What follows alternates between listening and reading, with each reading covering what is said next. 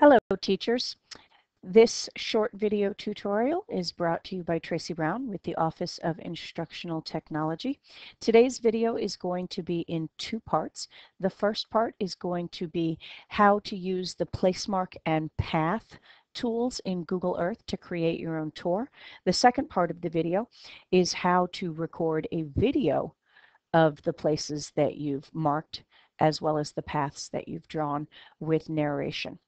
So Google Tours are a great way for teachers and students to show a trip they might want to take or a trip that they've been on. But one of my favorite uses for it is creating your own Google Lit trip or following the paths that characters in both fiction and nonfiction may have taken. So for this example tutorial, I'm going to create a short tour of Annapolis, and you can see on Google Earth, I've already done a search for just the general location of Annapolis, Maryland here, but also in preparation for creating my tour. I've opened several tabs to various places that I'm going to add to my tour in Annapolis, and we'll come back to the websites here several times as I build my tour.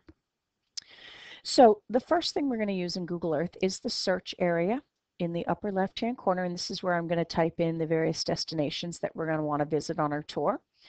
We're also going to use this push pin icon to add place marks so that we can pin the locations that we're going to visit on our tour. And then we're going to use the icon that says add path, and we're going to draw the paths that we might actually walk or travel as we move from one place on another on our tour. So let's get started. I'm going to click in my search window, and I'm going to type in the name of the restaurant where I'm going to have everybody meet me for the start of our tour. So we're going to have lunch at a restaurant in Eastport, just over the Eastport Bridge in Annapolis, called Blackwall Hitch. And when you type in an address or a destination, Google Earth will zoom you in a little ways so that you can see the area around it. But before we even pin it, we're going to pick the exact view that we might want to see. So I want them to be able to see how you can look right out over the Eastport Harbor there. So now that we've searched for our destination, we're going to use our push pin to add the place mark. And the place mark comes up right here on top of the building. A couple of things I can do. I can name my place mark. I can change the icon. See how it's got the little eye there for information? I can change this icon by clicking here. We'll come back to that in a moment. We've got tabs here to change the description where we can add links and images. We can change the style and color of that icon itself. We can change the view, including taking a snapshot of our current view, which is exactly what I want to do. So I'm going to go ahead and click that. And then we can also change this altitude level and bring us all the way down to the ground or all the way out to space. So let's go through each of these, starting with the name of the place. So I'm just going to put in the name of the restaurant, and I'm going to change that icon to something more appropriate for meeting at a restaurant, like the knife and fork over here. And then for the description, you can add links to a web page that might be appropriate, or you can add images. Please notice that the image is also looking for a web address, so any image that you want to add needs to be an online image. I can also click in the box underneath and simply start typing some kind of a description or text that I might like to add to this location, or of course copy and paste from somewhere else. So we're going to add some media that will show up when the members of my tour click on our first destination. And because we'll be visiting a restaurant, what I'd like them to be able to see is the menu. So I have here in the web browser the menu page for this particular restaurant. We're going to come back and we're going to paste this in as a link and click OK. And then sometimes when you go to a restaurant, in addition to the menu, you might want to know a little bit about the place. What type of restaurant is it? How long has it been open, etc. So I'm just going to copy some information right here from their website that I think those accompanying me on the tour might like to see, and I'm going to paste that in here as well. We already added the snapshot for our current view, so we are all set. So now, if you click on this first location, it brings up the name of the pin that I made, the web address that I added there, as well as the text that I copied from the website about this particular location. So we're now ready to move to our second location on our tour. Once again, I'm going to click up here in my search window, and the second location that we're going to visit is the Annapolis Historic Museum.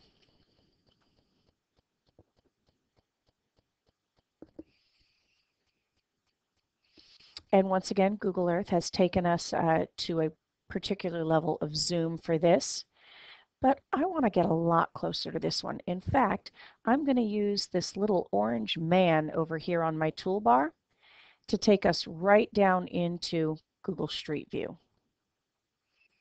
And we're going to turn around and look right there at the museum. So now that I have the exact destination we're going to visit, I'm going to access my push pin again to make the place mark. It's going to put it right here. I can move that up there onto the museum itself. Don't forget to name your place mark. Whoops. Seem to have accidentally changed my view. Let's get right back over here. All right.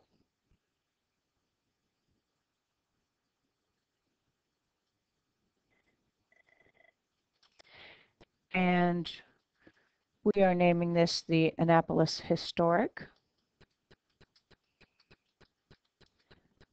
Museum.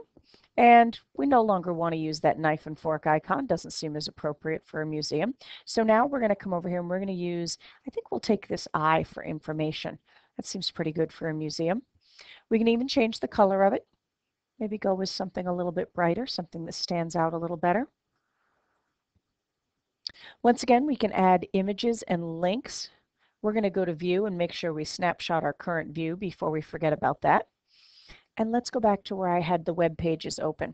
So I did an image search, and you can see here that I found several images of some of the exhibits that are displayed at the museum. So we can click on one of these. And we're going to copy this image address. And the name of this exhibit is Freedom Bound. So I'm going to come back and I'm going to add image. I'm going to paste this in right here.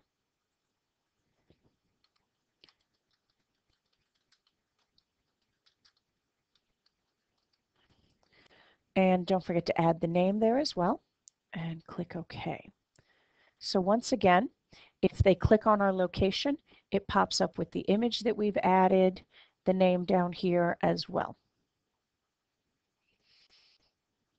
So let's exit Street View.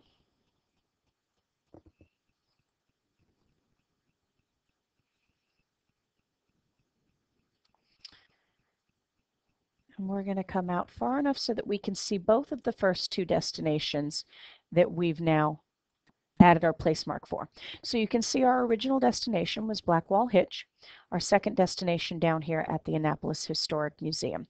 So the next tool that we're going to use is the path tool. And what this is going to allow us to do, as the name implies, is draw a line from one location that we visit to the next.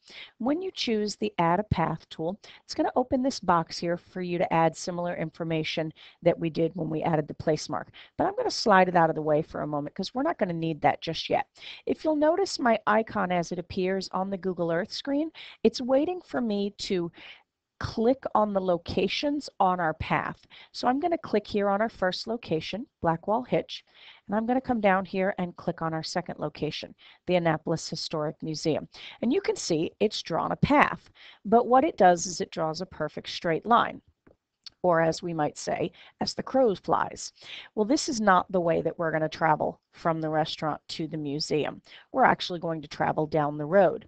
So I'm going to remove this path, and I'm going to show you a way that you can draw a more specific path that might follow a road. So I've clicked on Add a Path again, and once again, I'm just going to slide the information window off the side. Starting at the restaurant, I'm going to click and hold down, and I'm going to drag my mouse along the road that we might travel from one destination to the next. And I'm going to release when I get to the museum. Now we're going to bring our information window back on. So just like we did when we created a placemark, we need to name our path. So I'm going to title this From the Restaurant to the Museum. We can add links and images that would come up if anybody viewing our tour in Google Earth were to click on it, but I'm going to skip those for now and click OK. So we now have our first two destinations in our Google tour, as well as the path between them. So let's move on to our third. Our third location in our mini tour of Annapolis is going to be the Maryland State House. So you type in your search term, and once again, it's going to zoom you down to this particular level.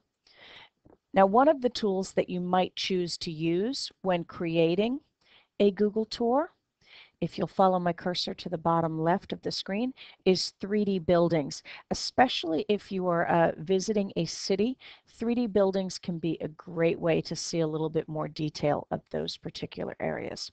So now that we've got the view that we want of the Maryland State House, I'm going to once again click on my push pin. And we're going to name this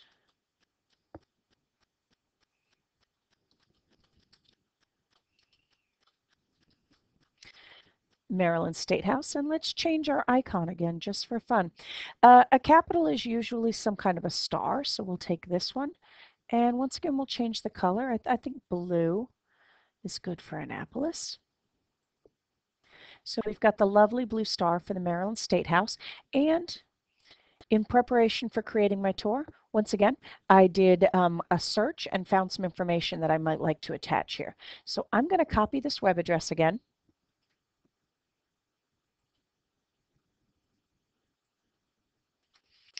And we're going to add that information in right here.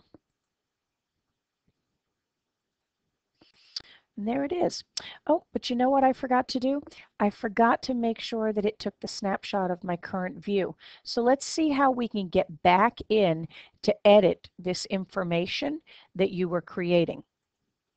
If you right-click on it where it shows up under Places, you'll have an option at the very bottom of your menu that says Properties. And if you open Properties, you get back to where you were typing in the name of your placemark, changing your icon, description, etc. So let's go back to View and let's make sure we get a snapshot of our current view before we click OK. So let's create our path from the Historic Museum to the Maryland State House. So once again, you click on Path icon. Just slide this window out of the way for now. And we're going to start down here at our museum. Remember, if we click and hold down, we can drag this line straight up the road we might follow to get from point A to point B. And as soon as you let go, it stops drawing the path. And now you can return to this window where you can name it. So this will be From Museum to State House. And I seem to have an extra capital in there, so let's go back and get that out. Okay, and again, you can add images and links that would appear if someone were to click on the path, but I don't want them for this particular path, so I'm going to click OK. All right, and we are going to add one more destination on our tour. We're going to go to St. John's College. So once again, in my search window, I'm going to type in that we're going to St. John's College, click search, and we'll see that that's just a little bit further up the road there. Zoom in, and I think I'm going to turn my view around so that we're viewing the field out here. That's nice.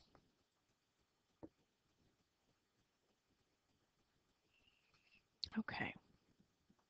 So once you get the view the way you like it, if you click your push pin, it adds your placemark. You can move your push pins if you'd like, so I can get it right over here to this particular building that was identified simply by dragging it. now we're going to label this destination as St. John's College. Once again, change the icon if you like. I came through the icons a little while ago looking for something that I thought was scholarly, and I didn't really see anything that I particularly liked for the place marking of a college. So if you take a look at the bottom of this window, you'll notice we can add custom icons. If you click to add a custom icon, once again, it wants a web address. It's looking for a location. And it's filled this one in simply because I did this earlier in preparing to make this video. But what I did is I did a web search and I wanted an icon of a scholar. I thought that's what a college icon should look like. So I liked this one right here and I copied the image address and that's exactly what's pasted in right here. And you can see now it's added my scholar icon down here, and we can change the color. So let's do something in a red. Looks nice. Okay. Add link, add images, etc. For St. John's, there were actually two things that I found. St. John's has a tradition of playing a croquet match against Navy.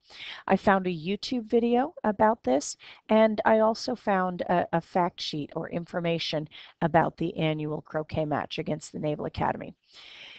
At one time, if you added a YouTube video to Google Earth on these placemarks, it would play inside of Google Earth. I have not been able to get that to happen, so I thought it might be a little bit more interesting to add the text. From the information I've seen about the embedding YouTube videos, it seems to be a Flash player issue. So if we can get that resolved, then adding a video here would be more useful again. But for now, all it's going to do is put a link here to take the students out to YouTube.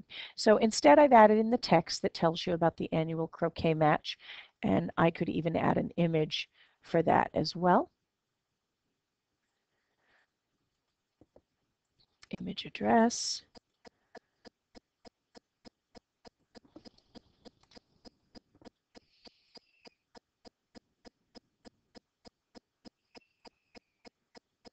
And you can see when we click on this, we get our text and our image to appear. So we've now got our location for St. John's College pinned. Let's create our path from the State House to the college. So we click on Add Path, slide the window for information out of the way, and click and hold down, and simply drag to the destination that you'd like to go to. Bring out your information window.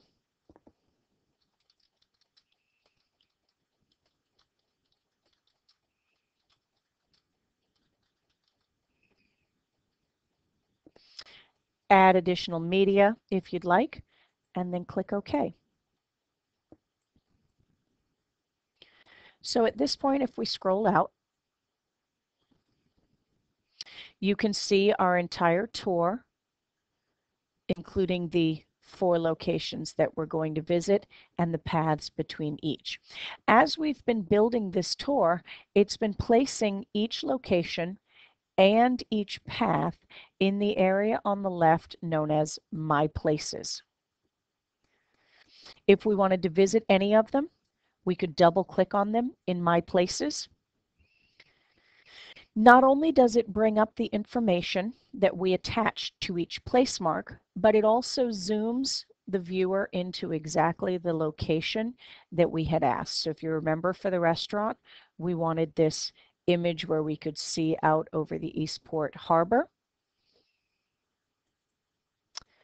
When we double click on the Annapolis Historic Museum, Google Earth is zooming us down to the front of the museum.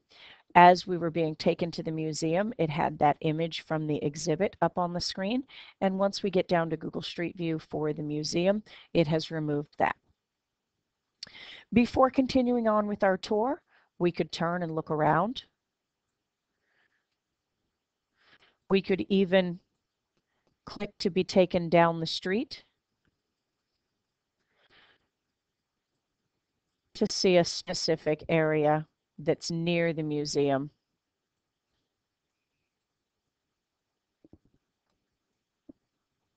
Okay, once we're ready, we can continue on with our tour, and let's be taken up to the Maryland State House, right down to the image that we had chosen. We can click to be taken out to the web address, and when ready, return to Google Earth.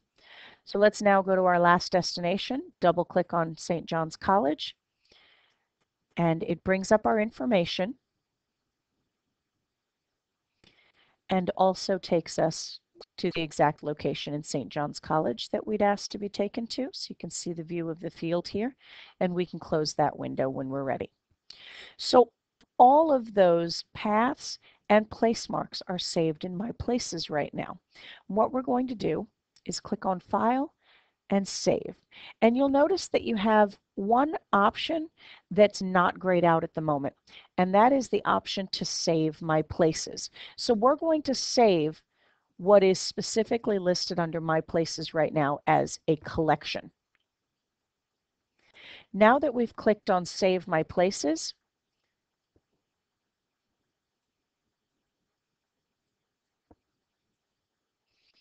let's try that one more time. Save. All right. Now that we've clicked on Save My Places, we can save place as. And what you get is the option to save the collection called myplaces.kmz. So a .kmz is the file extension type that Google Earth can read. Just like a .doc is a Word file, a .kmz is a file type that Google Earth can read. So you'll want to change this from My Places, or what you'll end up with is several things in the future called My Places. And I'm going to name this Annapolis Tour and save it. And now anytime you wanted the students to take this particular tour, or if this tour had been created by students, they could simply turn in that .kmz file to the teacher. And when the teacher opens it, they'll have all of the destinations and the paths listed under the My Places area. They could click specifically on a place mark to be taken to the location. Let's try that again. It didn't zoom us in the way we wanted to be. Let's try it from here. There we go. So we're flying to the location, and whatever media was added is coming up as well. So the students could navigate through a tour created by the teacher, or the teacher could navigate through a tour created by the students. So at this point, we're going to end tutorial number 1. In this tutorial, you learned how to make place marks as well as add paths from each location. In the next tutorial, we're going to see how to record all of this as a video.